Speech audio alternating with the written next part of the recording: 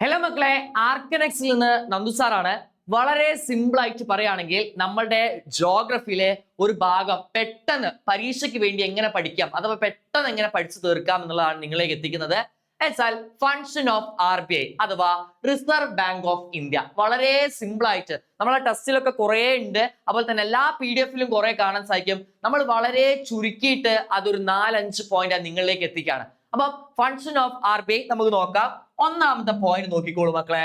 Printing and issuing the currency എന്ന് വെച്ചിട്ടുണ്ടെങ്കിൽ അച്ചടിക്കുന്ന അല്ലെ, നമുക്ക് ആവശ്യമായുള്ള ഇന്ത്യയിലേക്ക് ആവശ്യമായിട്ടുള്ള ഇന്ത്യൻ റുപ്പി കംപ്ലീറ്റ് അച്ചടിക്കുന്നത് ആരാ മക്കളെ? RBI ആണ്. ഓക്കെ, ഇന്ത്യയിലേക്ക് ആവശ്യമായുള്ള ഇന്ത്യൻ റുപ്പി കംപ്ലീറ്റ് അച്ചടിക്കുന്ന ആരാടാ? RBI ആണ്. എന്നുവെച്ചാൽ അത് ഏത് നിയമപ്രകാരം എന്ന് വെച്ചാൽ വളരെ സിമ്പിൾ ആയിട്ട് നിങ്ങൾ പറഞ്ഞോ. 1934 എന്താണ് reserve bank of Indian act പ്രകാരം ഇന്ത്യക്ക് വേണ്ട എല്ലാ കറൻസിയും അച്ചടിക്കുന്നത് ആരാ മക്കളെ? RBI ആണ്. രണ്ടാമത് നോക്കിക്ക മക്കളെ, 1 രൂപയുടെ കോയിൻ അച്ചടിക്കുക അല്ലെ 1 രൂപയുടെ കോയിൻ ഉണ്ടാക്കുന്നത് ministry of finance government of India ആണെന്ന് മനസ്സിലാക്കുക. വളരെ സിമ്പിൾ ആയി പറഞ്ഞാൽ, വളരെ സിമ്പിൾ ആയിട്ട് ഒരു പോയിന്റ് പഠിക്കാൻ, printing and issue the currency എന്ന് വേണം നമുക്ക് പറയാം. രണ്ടാമത്തത് ബാങ്കേഴ്സ് ബാങ്ക് ആണ്. എന്നുവെച്ചാൽ ബാങ്കുകളുടെ ഒക്കെ മുകളിലാണ് RBI. എന്ന് വെച്ചാൽ എല്ലാ ബാങ്കുകളുടെയും മുകളിലാണ് എന്തുള്ളത്?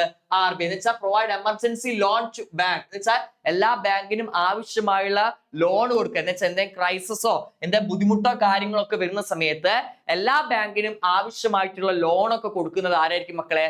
RBI ആയിരിക്കും. ഓക്കെ, പിന്നെ എന്താണ്?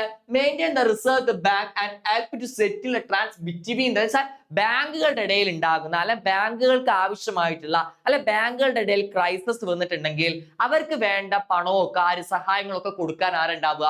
റിസർവ് ബാങ്ക് ഓഫ് ഇന്ത്യ ആണ്. അതുകൊണ്ട് തന്നെ നമ്മൾ ഇതിനെ എന്ത് വിളിക്കുന്നുണ്ട്? ബാങ്കേഴ്സ് ബാങ്ക് എന്ന പേരിലും അറിയപ്പെടുന്നുണ്ട്. ക്ലിയർ?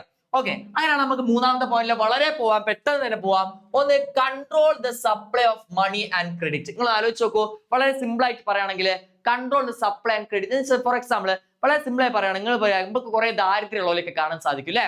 ഈ കുറെ ദാരിദ്ര്യമുള്ളവരെ കാണാൻ സാധിക്കുന്ന സമയത്ത് നമ്മൾ വിചാരിച്ച പോലെ റിസർവ് ബാങ്ക് കുറച്ചധികം പൈസ കൊണ്ട് അച്ചടിച്ച് ജനങ്ങൾക്ക് കൊടുത്താൽ മതി, എന്നാൽ നമ്മുടെ ദാരിദ്ര്യം തീരുന്നു വിചാരിച്ചാൽ പോരെ. പക്ഷെ നമുക്ക് ഒരിക്കലും ചെയ്യാൻ പറ്റില്ല. അന്നപ്പോൾ നമ്മൾ ജോഗ്രഫി പഠിച്ച കാര്യമുണ്ട്, എന്ത് ഇൻഫ്ലേഷൻ ആൻഡ് ഡിഫ്ലേഷൻ വരും. ഈ ഇൻഫ്ലേഷനും ഡിഫ്ലേഷനും ഒക്കെ കൺട്രോൾ ചെയ്യേണ്ട ചുമതല, വെച്ചാൽ പണം കൂടുതൽ കൊടുക്കാതെ ഒക്കെ കൺട്രോൾ ചെയ്യേണ്ട അല്ലെങ്കിൽ പണത്തിന്റെ മുകളിൽ ഒരു നിയന്ത്രണം കൊണ്ടുവരേണ്ടത് ആരാണ് മക്കളെ? റിസർവ് ബാങ്ക് ഓഫ് ഇന്ത്യ ആണ്. മൂന്നാമത്തെ പോയിന്റ് കിട്ടിയല്ലോ. ഓക്കെ, വളരെ സിമ്പിൾ ആയിട്ട് പറയുകയാണെങ്കിൽ നാലാമത്തെ പോയിന്റിലേക്ക് പോവാണ്. Inflation in India measured using the consumer price index. Okay, നമുക്കറിയാം റിസർവ് ബാങ്ക് എന്ന് പറഞ്ഞാൽ ഇൻഫ്ലേഷൻ കൺട്രോൾ ചെയ്യണം. എന്നുവെച്ചാൽ പണം കൂടുതലായിട്ടുണ്ടെങ്കിൽ പണത്തിന്റെ ആ ഒരു കൂടുതലായ അവസ്ഥ കുറച്ചു കൊണ്ടുവരാൻ ആർക്ക് സാധിക്കണം മക്കളെ? റിസർവ് ബാങ്കിന് സാധിക്കണം അല്ലെ. അത് എന്ത് പ്രൈസ് ഇൻഡെക്സാ? കൺസ്യൂമർ പ്രൈസ് ഇൻഡെക്സ് ഉപയോഗിച്ചിട്ടാണ്. ക്ലിയർ?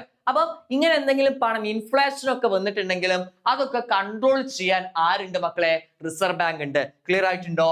അടുത്ത പോയിന്റിലേക്ക് പോവാണ്. അടുത്ത point, act as the government's bank. എന്നുവെച്ചാൽ ഗവൺമെന്റിന്റെ ഏറ്റവും പ്രധാനപ്പെട്ടിട്ടുള്ള ഒരു ബാങ്കും എന്താണ്? റിസർവ് ബാങ്ക് ആണ്. Act as to government's bank. ഗവൺമെന്റിന്റെ ഏറ്റവും പ്രധാനപ്പെട്ടുള്ള ബാങ്കും എന്താണ്? റിസർവ് ബാങ്ക് ആണ്. നോക്കിക്കോളൂ, maintains government's account, providing the banker's service and implements the financial management. ഗവൺമെന്റിന്റെ അക്കൗണ്ടുകൾ കീപ്പ് ചെയ്യുക, അതുപോലെ തന്നെ അവരുടെ പ്രധാന ഗവൺമെന്റിന് ആവശ്യമായുള്ള ബാങ്കിങ് സർവീസ് കൊടുക്കുക, അതുപോലെ തന്നെ ഇംപ്ലിമെന്റ് ഫിനാൻഷ്യൽ മാനേജ്മെന്റ്. ഫിനാൻഷ്യൽ ഗവൺമെന്റിന് ആവശ്യമായുള്ള സമ്പത്ത് കൊടുക്കുക, അവരെ സംരക്ഷിക്കുക, ഗവൺമെന്റിനെ സംരക്ഷിക്കുക. ഇതൊക്കെ ആരുടെ മക്കളെ?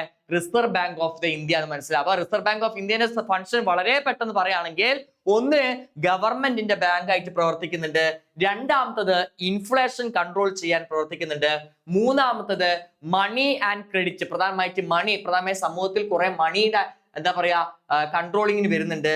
അതുപോലെ തന്നെ നാലാമത്തെ നോക്കുന്ന സമയത്ത് നാലാമത്തെ എന്താ? ബാങ്കേഴ്സ് ബാങ്ക്, ബാങ്കുകളുടെ ബാങ്ക് ആണ്.